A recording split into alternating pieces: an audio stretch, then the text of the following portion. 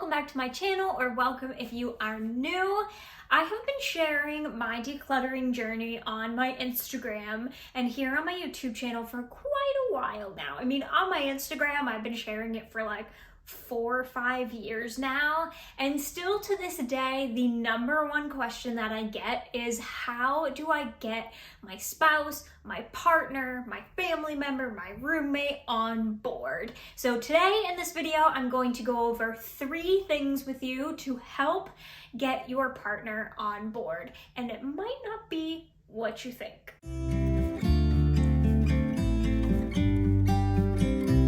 So I say it's not gonna be what you think, because really you can't force someone into something that they don't want to do.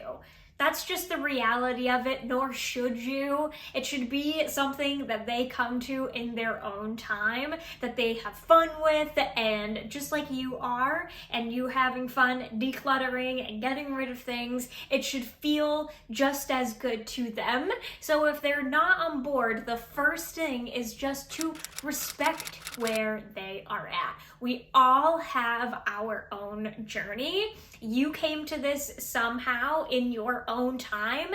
They need the time and space to allow that as well. And again, this works across the board, whether it's a partner, a spouse, a friend, a roommate, family member, sibling, like whoever you are living with and trying to get on board with this more minimal lifestyle or just decluttering in general. They all need the time and space to get there on their own, just like you did. Like I said, you have your own journey. You started somewhere, you maybe watched some videos or just learned about minimalism, or just all of a sudden got this urge, or maybe you were moving. Whatever it is, they need that same respect of their boundaries to get there. You don't know what their reason is for holding on to things. They may say one thing but feel another. You don't know how rooted it goes, so you have to respect their space and their time to get to where you are now. The next thing is to stay in your own lane. I know this is probably not what you want to hear. You want tangible, 5-step process, whatever it is.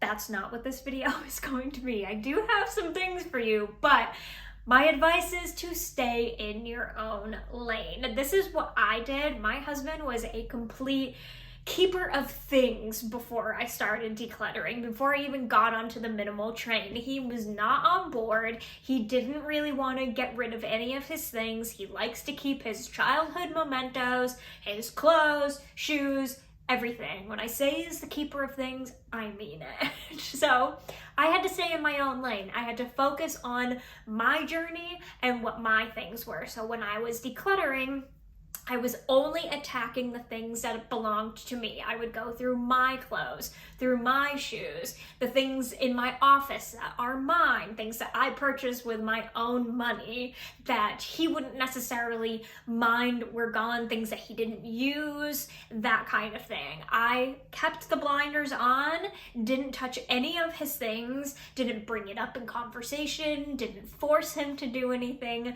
nothing. I just focused on me and what I was doing, because I knew this was going to be a process. You know, there's never like an end when it comes to decluttering or being a perfect minimalism. There's no such thing as that anyways, but there's never going to be an end to it. It's an ongoing process. So I just knew if I started, kept my blinders on, just focused on me and my things and my journey, that maybe one day he would see what I was doing, that I felt lighter, that, you know, the house felt less cluttered, that kind of thing, and maybe take inspiration on that. But I didn't place expectations.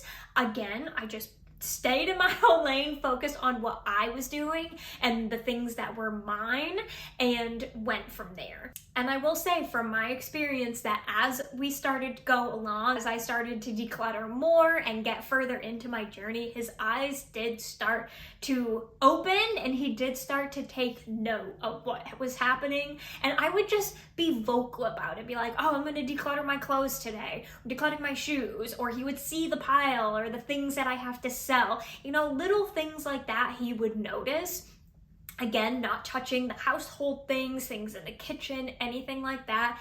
But he would start to notice. And it kind of leads us into the next thing, which is to ask questions. So communication, we all know, is key in any sort of relationship.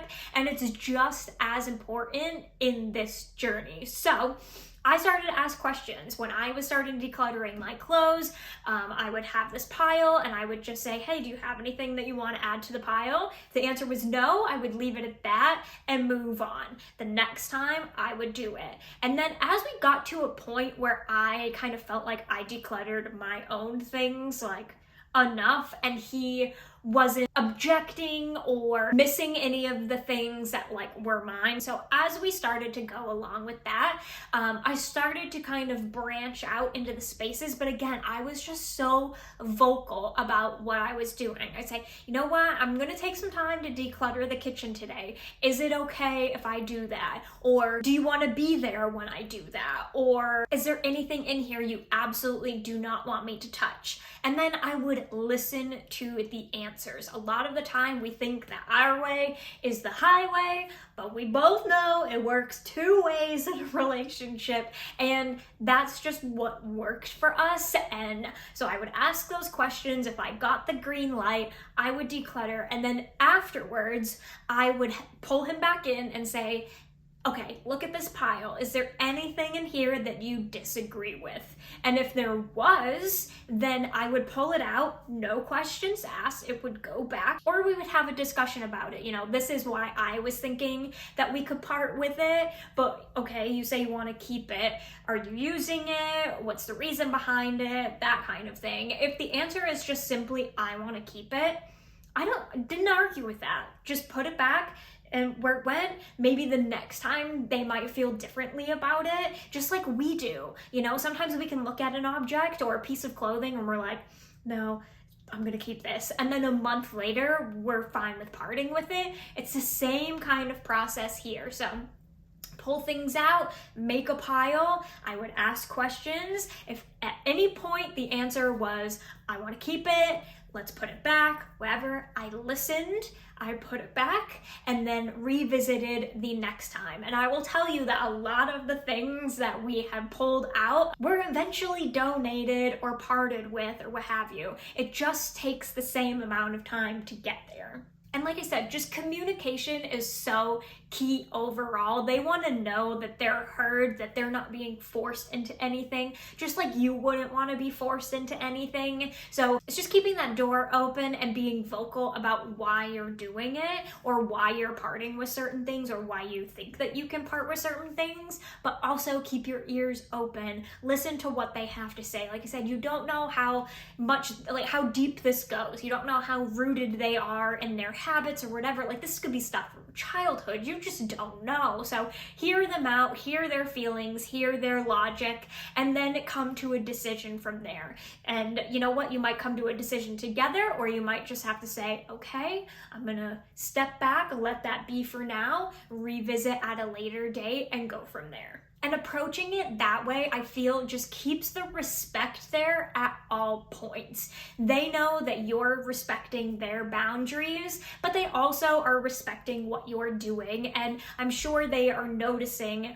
what is happening in the house. You know, when you start to get rid of more and more things, the house becomes less cluttered, it's cleaner, things are exactly where they're supposed to be, they all have a home, and that just makes an easier home in general. So as those things start to happen, they start noticing and things become a little bit easier, and it all just kind of comes together at that point. So those are the tips that I have for you. I know, like I said, not exactly what you were thinking, but to quickly recap, respect their boundaries, stay in your lane, and ask questions. If you do those things, I bet eventually your partner, roommate, family member, whoever will jump on board. And if not, you just have to respect that. You just have to see where they are at and just continue to stay in your own lane and continue your own journey that way.